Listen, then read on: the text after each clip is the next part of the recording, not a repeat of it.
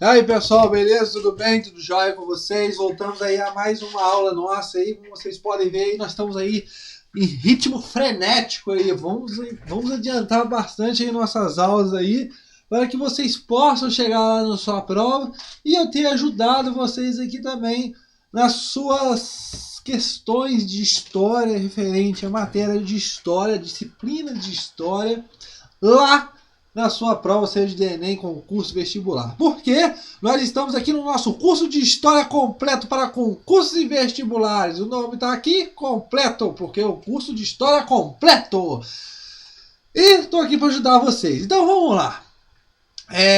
O e-mail está aqui, historiacomp1@outlook.com, para que vocês possam mandar o seu e-mail, a sua dúvida, o seu questionamento, o seu elogio. Obrigado pelos elogios do nosso curso aí. O Facebook, Istuçar, e o celular para mensagem, o 3291650267. Então vamos lá, hoje, o que nós iremos falar hoje? Não, você não viu que eu passei o negócio, não. Eu passei o slide, mas você não viu, não. Você garoteou aí, você pescou aí, você comeu mosca aí, mas você vai falar aí sobre iluminismo, rapaz. Você tá escrito ali que você quer me enganar, professor. Você vai falar sobre iluminismo, vou falar sobre o iluminismo. É isso aí, século XVIII. O chamado século das luzes, ou também chamado o movimento intelectual. Tranquilo, pessoal? Beleza? Tudo bem? Então vamos aí então falar sobre iluminismo parte 1. Nossa, tem duas partes, tem outra parte. Tem outra parte sim, porque é muito fácil eu falar aqui as críticas e as propostas do iluminismo e deixar vocês aí a ver navios com os principais filósofos. Mas aqui o intuito não é isso, porque curso de História completo para concursos e vestibulares. Só não é mais completo ainda, porque o que você pedir vai ser completo mais ainda. Mas tudo bem, é completo do jeito que eu acho que é completo. Então vamos lá então, vamos lá, vamos com Deus Nossa Senhora, sensacional, abrir a porteira com Deus Nossa Senhora. Eita, o Chirete é o grande apaixonado. Ô mulher, não encoste no meu carro que ele solta pó, encoste lá em casa, eu sou solteiro e moro só. Eita, nós, hein? Você é narrador de rodeio, você é locutor de rodeio. Eita, nós, hein? Daqui a pouco eu tô lá em Barretos. Vamos lá então, vamos lá. Depois dessa palhinha aí pra vocês aí, vamos lá pro... Professor, esse negócio não cai na prova não, eu quero falar sobre iluminismo. Então vamos falar então, tá bom, pessoal? Tá bom, pessoal? Tá bom? Aqui, aceita água, aceita, tá aqui, tá bom? Se quiser pode pedir, tá bom? Então vamos lá então. Século XVIII. Século XVIII. Ah, meu Deus do céu. E o século XVIII? Tem tanta coisa que acontece nesse século XVIII, que acontece mais coisas no século XVIII que acontece no meu dia inteiro quando eu faço alguma coisa. É claro, né? É claro que vai acontecer mais coisas. Nem sei por que eu falei isso. Deu uma doideira aqui e isso veio na cabeça. Mas vamos lá. O século XVIII, pessoal, ele é palco. Mas palco de quê? Palco do evento, um show beneficente, um show de algum cantor sertanejo, algum cantor pop rock? Não! Não é isso, tá? Calma. É um show de diversas revoluções. Que revoluções são essas? Nós vamos falar algumas aqui. Revolução Industrial, Revolução Francesa, Iluminismo. Que nós vamos falar aqui, é por isso que a aula está escrita iluminismo. Mas o século XVIII, pessoal, ele é palco dessas diversas revoluções. Simultaneamente com o iluminismo, pessoal, tem uma revolução industrial que nós vamos falar mais na frente. Mas calma, vamos falar aqui do iluminismo. Não vamos passar os bois na frente, não vamos passar a carroça na frente dos bois. Mas vamos lá. O que eu tenho que falar para vocês aqui? Não se formou de uma hora, num dado período. O que eu quero dizer nisso aqui? Mas anteriormente vamos entender o que seria o iluminismo. Professor, o que é o iluminismo? Pessoal, o iluminismo, como o próprio nome diz, é, né, uma forma de você ver o conhecimento, a forma de pensar diferente do que estava vindo. Mas você vai me perguntar se o Renascimento já foi uma forma de mudança de pensamento. Sim. Então eu posso classificar o Renascimento como iluminismo? Não. Ah, por que não? Olha só, pessoal, por que não? O Renascimento, pessoal, ele é uma forma de transição, mas não de uma ruptura forte, como agora o Iluminismo. Por que não é uma ruptura forte do Iluminismo?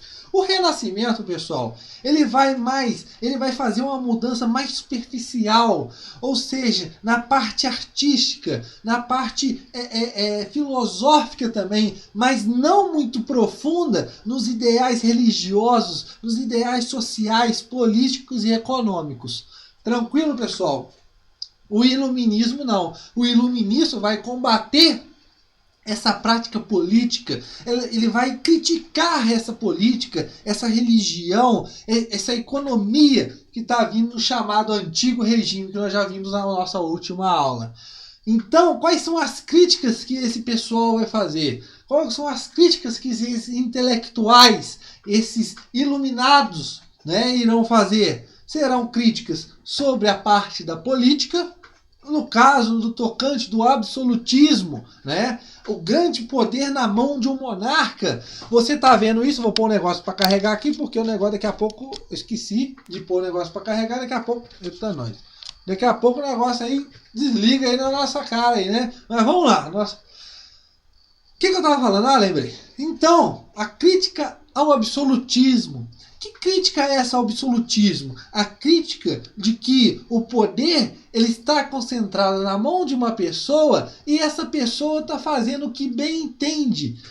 Essa pessoa ela está manipulando, ela está intervindo em todas as áreas de dentro da política. Tranquilo? Então, essas críticas, qual que é a ideia primordial nesse caso? É a parte da democracia. Outro caso, a parte da economia. Você tem um Estado que é intervencionista, é um Estado que monopoliza a economia, é um Estado que traz em suas mãos e rédeas curtas a economia. Ou seja, o mercantilismo. Então, ele dá uma ideia nova para isso. A ideia da oferta e da procura. A ideia do liberalismo comercial. Tranquilo, pessoal? E na parte da fé? Nós vamos observar que na parte da fé, eles não eram contrário à fé. É o que nós temos que entender aqui, pessoal, que os filósofos iluministas, alguns aqui que nós vamos destacar aqui, que eu achei importante para a sua prova, é que eles não eram contrários, eles não eram ateus. Eles falavam assim, eu não acredito em Deus não, eu não acredito em nada não. Eles acreditavam, só que não era a ideia que as religiões passavam de um Deus superior, um Deus onipotente, um Deus supremo. Ou seja, eles trazem uma ideia de um Deus que está em cada parte, está no seu eu, está na parte da natureza, ele está em vários locais, não superior às ideias. O iluminismo, pessoal, vai trazer a ideia, nesse caso, do racionalismo, do cientifismo. Opa, peraí, Renascimento também trouxe essa ideia. Além do mais, você está falando do humanismo e todas essas características aí, certo? As características incomuns do Renascimento com o Iluminismo são o humanismo, o racionalismo e o cientifismo. Só que o que difere um do outro é que o Iluminismo ele vai dar uma ruptura mais profunda no antigo regime. Vai quebrar o antigo regime. Vai ser a transição da idade moderna para a idade contemporânea. Tranquilo, pessoal? É a movimentação, é a mudança nos ideais, nas visões. Sejam filosóficas. Claro, Renascimento você tem algumas ideias filosóficas, mas mais especificamente nas ideias políticas, econômicas e sociais. Tranquilo, pessoal? Beleza? Espero que você tenha entendido isso aí.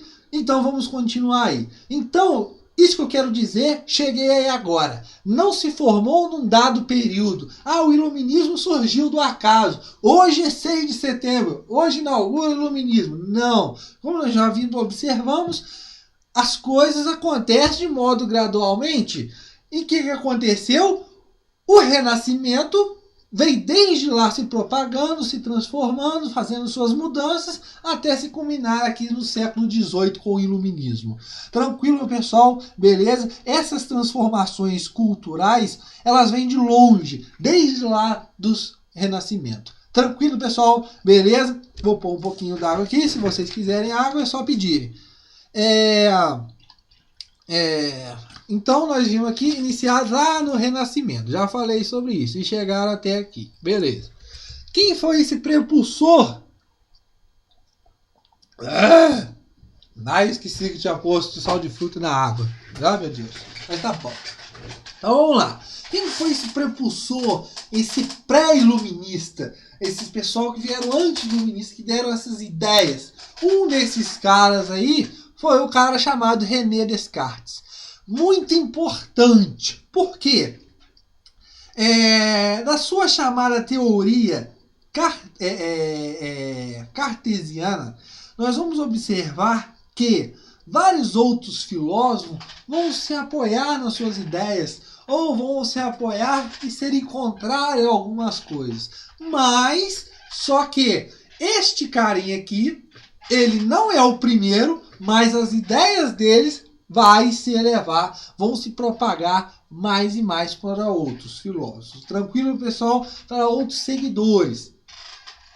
René Descartes, pessoal, ele é o chamado pai do racionalismo. Não de ser o primeiro, mas um dos quais o racionalismo se propagou mais forte. No seu racionalismo, né, vai se propagar, tranquilo, a partir da matemática e chegar em conclusões particulares. Ou seja, ele era um físico matemático que ele elaborou leis onde essas leis matemáticas se dava saía de um lugar e se chegava a conclusões particulares para tentar entendê-las. Ou seja, logo vem o chamado princípio, a frase dele fala, penso, logo existo. Ou seja, o que eu quero dizer com isso?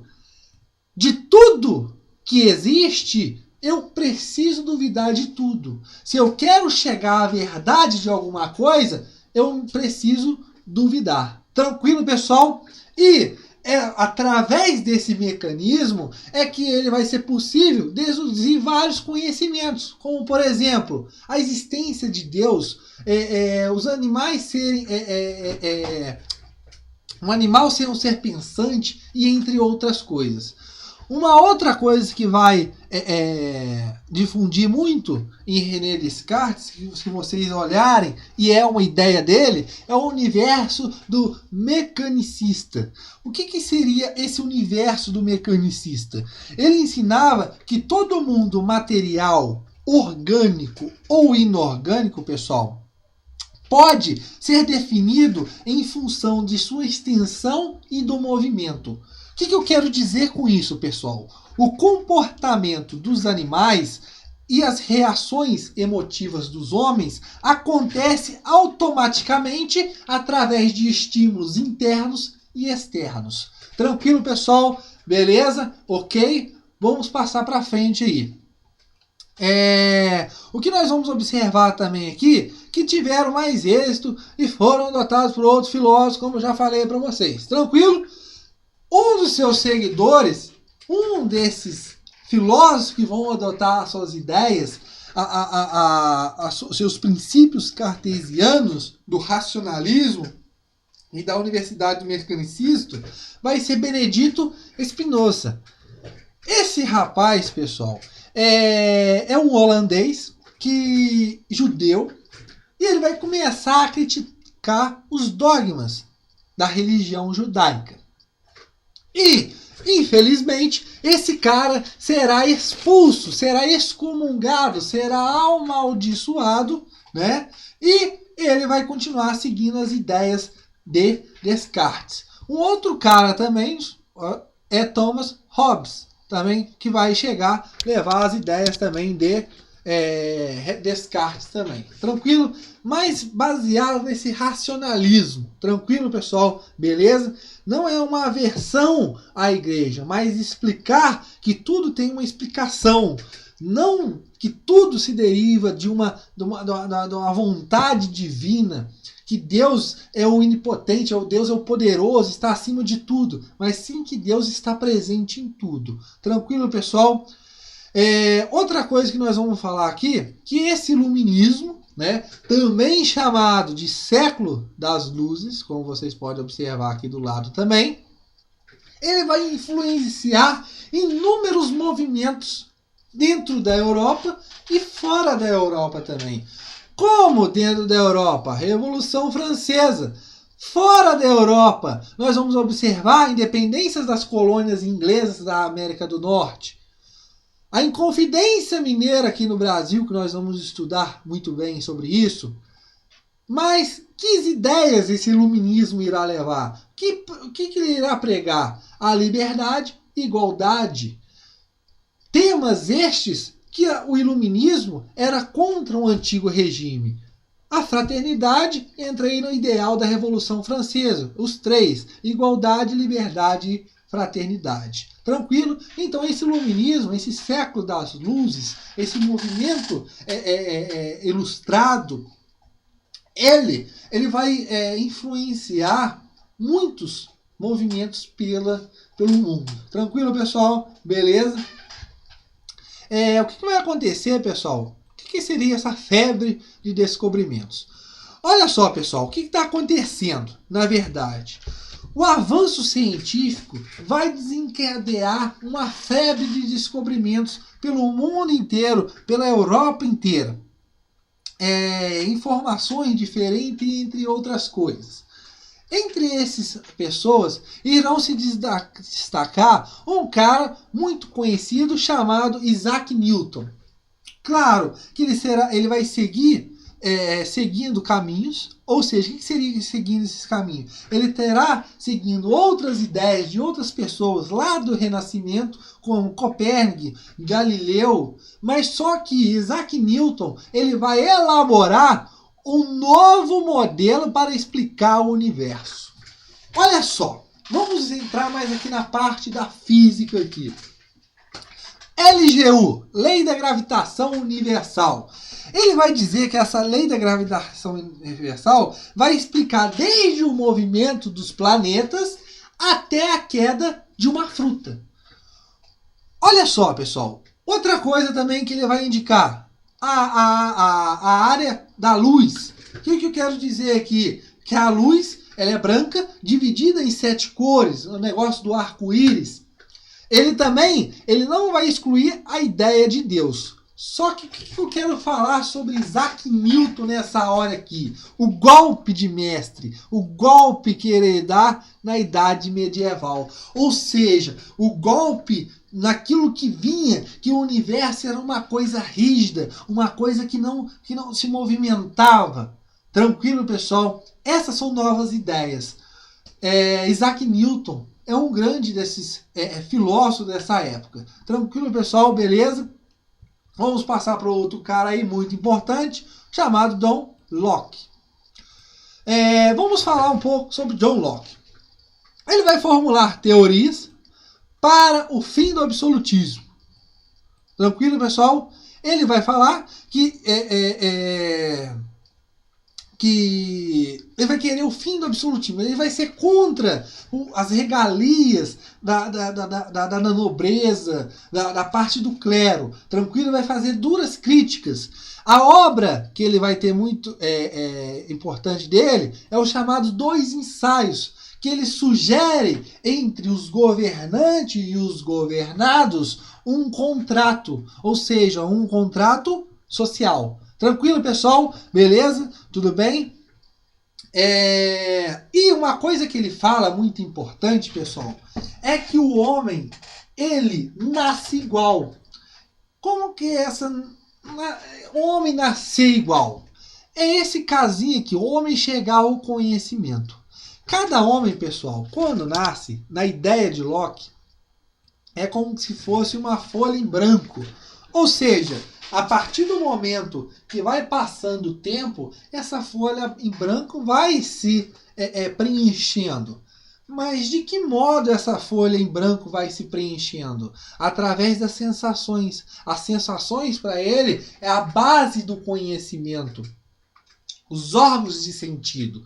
Então, a partir desse momento, essa folha vai se completando e assim formando o conhecimento inteiro, onde essas partes são unidas através da chamada razão. Então, uma das influências de Locke é a parte das sensações e razões, aonde o homem, todos os homens nascem iguais e eles gradativamente vão acumulando conhecimento.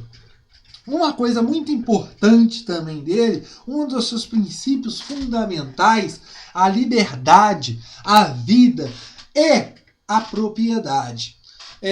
Ele vai também discutir muito sobre essa liberdade, a vida e a propriedade. Só que nesse caso da propriedade, nós temos que observar aqui, pessoal, que a propriedade ele não garante como direito de todos, mas sim que a pessoa que se preza, ela vai alcançar essa propriedade. Tranquilo, pessoal? Ideia mais aqui voltada para a burguesia.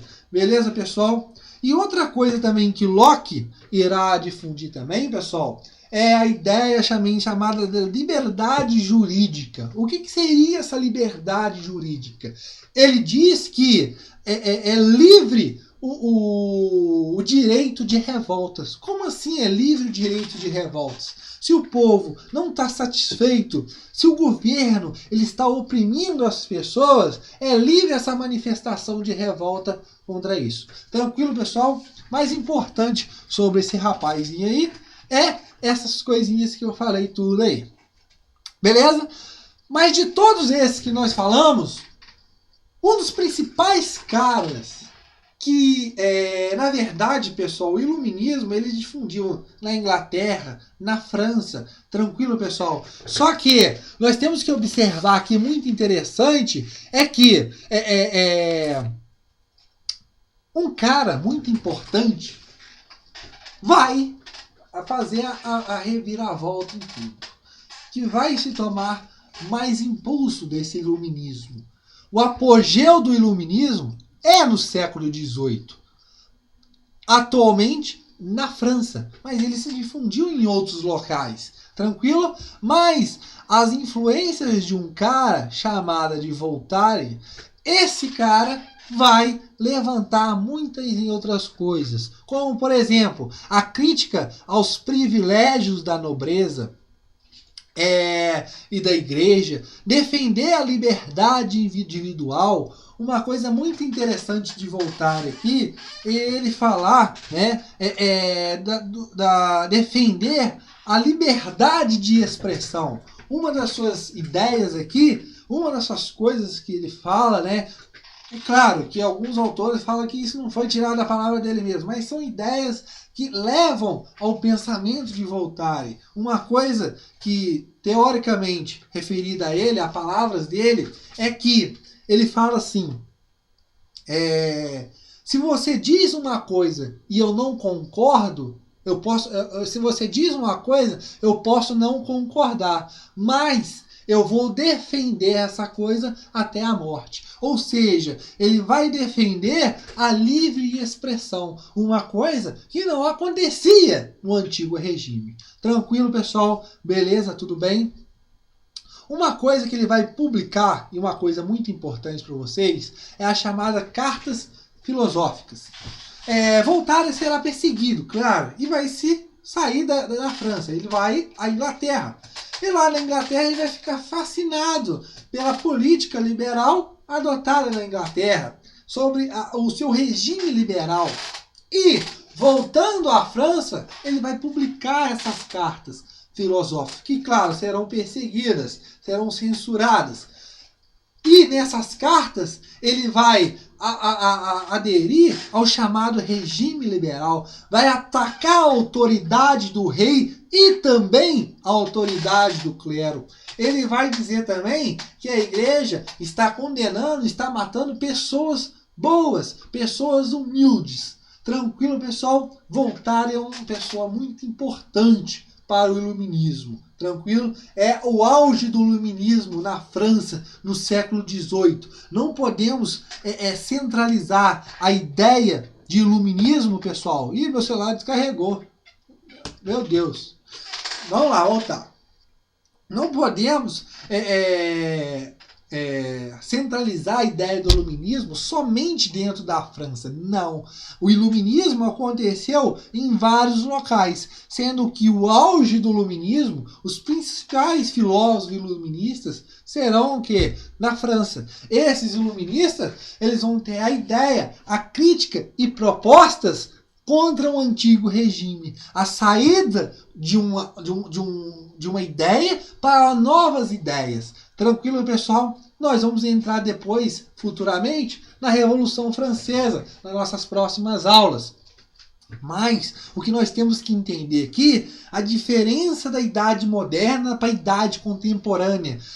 Tem um marco principal nisso? Não, não tem um marco principal. São transformações que vêm ocorrendo ao longo dos períodos. Só que nós observamos que é a mudança da identidade, a mudança do pensamento de uma idade para outra. Tranquilo, pessoal? A saída de um absolutismo, de uma ideia do antigo regime para uma ideia mais liberal, uma ideia mais liberada na parte da economia, uma ideia mais democrática na parte da política, uma ideia mais racional, cientifista, na ideia da fé, da religião, não adotada de uma forma de não desprezar a imagem de Deus, não desprezar a ideia da existência de Deus, mas duvidar das expressões que é passada sobre essas entidades religiosas, essa forma que eles propunham, que era uma forma de manipular as pessoas.